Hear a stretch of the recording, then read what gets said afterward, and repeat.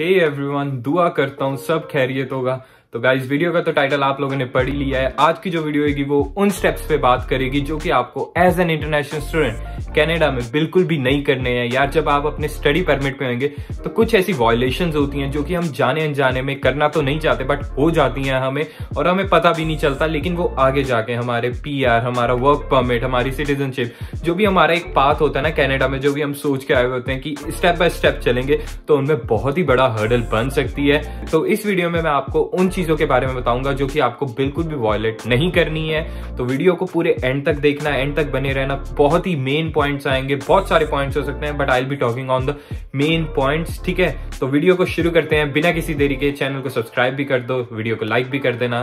Let's just jump into the video.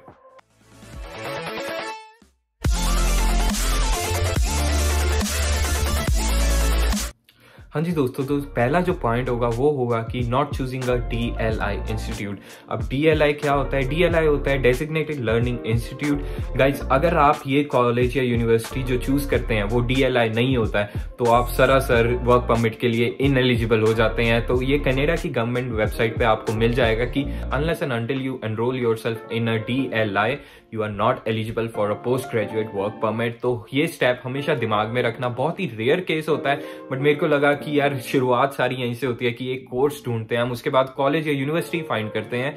तो find करते समय हम ये माइंड में रखें कि DLI होना चाहिए, तभी हम आगे जाके वर्क परमिट के लिए एलिजिबल होंगे और आगे जाके और प्रोसेस भी कर सकते हैं। तो इसीलिए जब भी आप अपना इंस्टीट्यूट फाइंड कर रहे होते हैं तो make sure that is a DLI, और तभी आप पोस्ट ग्रेजुएट वर्क परमिट के लिए एलिजिबल होंगे। Now guys, moving forward to our second point, वो होता है कि taking a unofficial break या फिर drop या फिर schedule breaks। आपने सुना हुआ होगा कि कनाडा में आप अपनी फीस जोड़ने के लिए अपने सेमेस्टर्स में से एक सेमेस्टर पूरा ब्रेक ले सकते हैं और उस ब्रेक में आप फुल टाइम काम कर सकते हैं। अब इस दौरान क्या होता है, कुछ यूनिवर्सिटी या कॉलेजेस जो होते हैं वो तो आपको यार समर ब्रेक ड्रॉप देंगे ही देंगे कि चलो आप इसमें फुल टाइम काम करो, आपको कोई भी एनरोल करने की जरूरत नहीं है कोर्सेज में। So that's a good thing for you guys. But यहाँ पे कभी कभार पता क्या होता है कि यार ड्रॉप लेने की ना कुछ कंडीशंस होती हैं। कुछ यूनिवर्सिटीज आपको कोर्स में वो प्रोवाइड नहीं करती, बट आपको एक ऑप्शन होती है कि अगर आप ड्रॉप लेना चाहते हो तो आप ड्रॉप ले सकते हो। अब उस ड्रॉप लेने के ना क्राइटेरियाज होते हैं, ठीक है। तो मेक श्योर कि आप उस क्राइटेरिया को हमेशा फॉलो करो, क्योंकि यार अगर आप फॉलो नहीं करते हो, आपको स्टडी परमिट जब आप स्टूडेंट होते हो उस टेन्योर में तो कोई दिक्कत नहीं होगी, लेकिन जब आप PGWP के लिए अप्लाई करोगे ना तब आपको दिक्कत होगी, क्योंकि वो पूरा रिकॉर्ड चेक करेंगे और आपकी ट्रांसक्रिप्ट पे सब कुछ लिखा आ जाएगा कि आपने कब अनऑफिशियल ड्रॉप लिया, कब ऑफिशियल ड्रॉप लिया।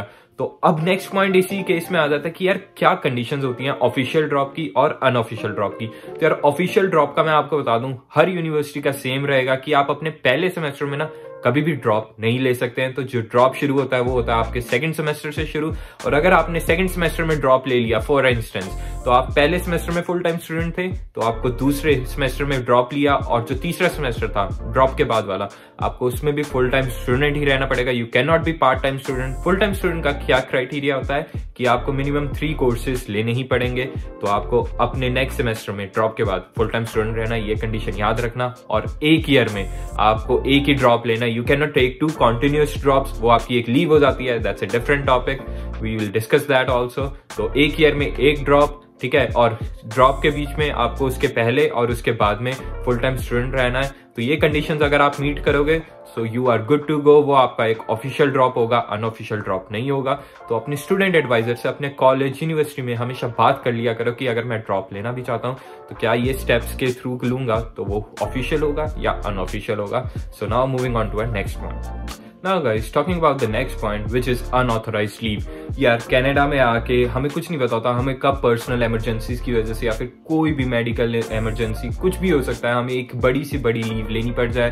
तो कनाडा की गवर्नमेंट वेबसाइट पे ना ये बिल्कुल क्लियर वर्ड्स में लिखा हुआ है कि आप किसी भी इंस्टीट्यूट से स्टडी परमिट के दौरान 150 डेज से ज्यादा की लीव नहीं ले सकते। 150 डेज हो गए हैं 5 मंथ्स, अगर आप उससे ज्यादा लेना चाहते हो या उतने भी टर्म की लेना चाहते हो तो आपको अपने इंस्टीट्यूट से साइन लेटर चाहिए कि उनकी ऑथराइजेशन चाहिए कि आपने अपने इंस्टीट्यूट को बताया है कि आपको इस रीजन के लिए इतने टाइम की ब्रेक चाहिए, और जो इंस्टीट्यूट है ना वो भी आपको 150 डेज की ही लीव ग्रांट कर सकता है। और उसके बाद मान लो कि आपको 1 ईयर की लीव चाहिए कि ड्यू टू सम इमरजेंसी आप वापस से इंडिया जा रहे हो या फिर कुछ भी हो जाए, ठीक है, तो आपको हर 5 महीने में अपने इंस्टीट्यूट को एक लेटर लिखनी पड़ेगी और वो उसे ऑथोराइज करेंगे, तब आप एक शेड्यूल्ड लीव पर चले जाओगे, ऑथोराइज लीव पर चले जाओगे, जो कि आपके स्टडी परमिट में कोई भी इफेक्ट नहीं करेगी और आपको आगे PGWP में भी इफेक्ट नहीं आएगा। लेकिन अगर आपने वही लीव भी अनऑथोराइज ले ली तो यार वो आगे जाके आपको बहुत ही ज्यादा दिक्कत दे सकता है, क्योंकि एक बार अगर आप 150 डेज से ज्यादा के लिए किसी भी कोर्स में रजिस्टर नहीं हुए, आपका स्टेटस है ना वो इनवैलिड हो जाता है, स्टडी परमिट स्टेटस, तो आपको एक विजिटर स्टेटस या फिर किसी और भी स्टेटस पे जाना पड़ेगा। और अगर आप नहीं करते हो so you will have to leave the country. तो ये चीज हमेशा ध्यान में रखना कि emergencies they are a part of life, लेकिन अगर कोई भी इमरजेंसीज आई है तो यार आपको अपने कॉलेज इंस्टीट्यूट को पूरा बताना है, एक ऑथोराइज लीव लेनी है, 150 days is the maximum limit, ठीक है, वो बार बार आप ले सकते हो, ठीक है, unless and until reason is valid, ठीक है। तो ये केस होता है कि अनऑथोराइज लीव बिल्कुल नहीं लेनी है, वो आगे जाके PGWP को वायलेट कर देती है। हाँ जी, तो दोस्तों हमारा जो अगला पॉइंट है वो है DNC।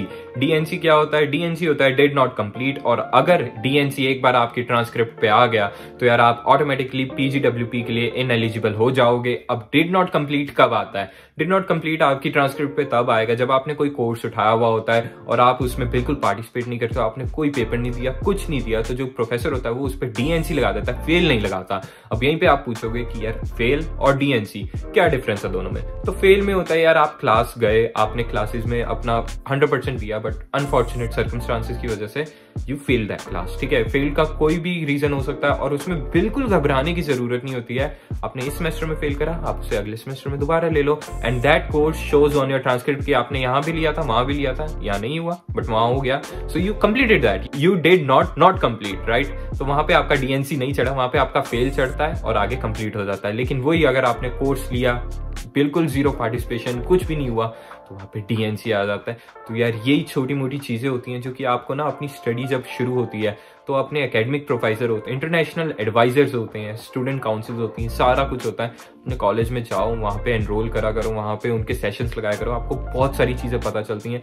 ये जो DNC था ये भी मेरे को मेरे स्कूल से ही पता चला, KPU से मैंने एक केस सुना था, तो वहां से मेरे को ये नॉलेज हुई, तो मैंने सोचा DNC बताना चाहिए, जो कि आपको PGWP के लिए बिल्कुल इनएलिजिबल कर देगा। तो keep in mind, we don't have to go for a DNC, we can go for a fail.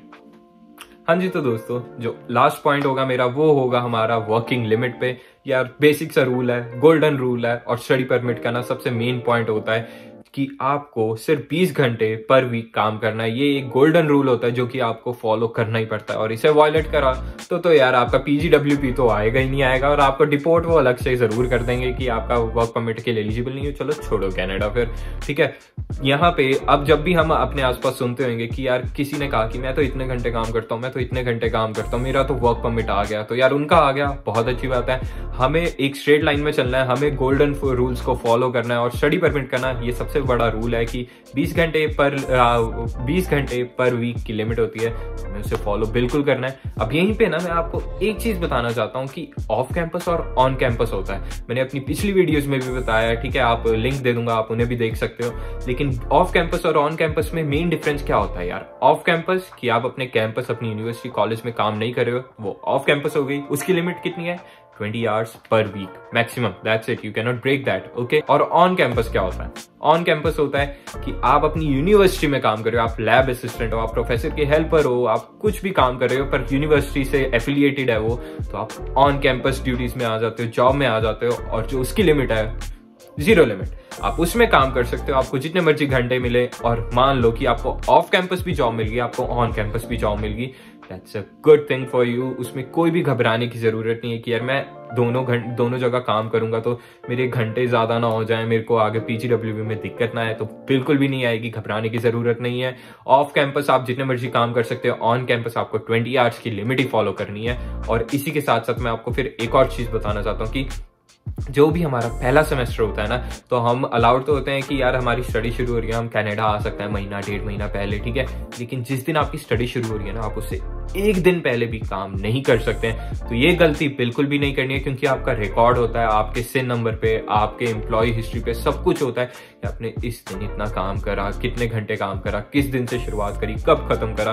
तो यार ऑडिट जब फाइल होती है ना, तो वो सारी हिस्ट्री आ जाती है। तो इसीलिए जिस दिन क्लासेस शुरू होंगी, काम उस दिन के बाद ही शुरू करना है, ठीक है ना, उससे पहले काम बिल्कुल भी नहीं करना। तो यार ये कुछ वायलेशंस थी जो कि हम जाने अनजाने में ना अपने स्टडी परमिट के टेन्योर पे कर तो देते हैं, और वो फिर हमें आगे जाके PGWP, PR और सिटीजनशिप, लाइक जितने भी प्रोसेस होते हैं ना, उनमें बहुत ज्यादा दिक्कत दे सकता है। तो ये हमने बिल्कुल भी नहीं करनी है, अब हमने जान लिया है तो ठीक है ना, अपने माइंड में रखनी है। तो इसी के साथ अपना ध्यान रखना, स्टे सेफ, टेक केयर। मिलूंगा आपको अगले हफ्ते एक नई वीडियो के साथ, तब तक इट्स एडी साइनिंग ऑफ।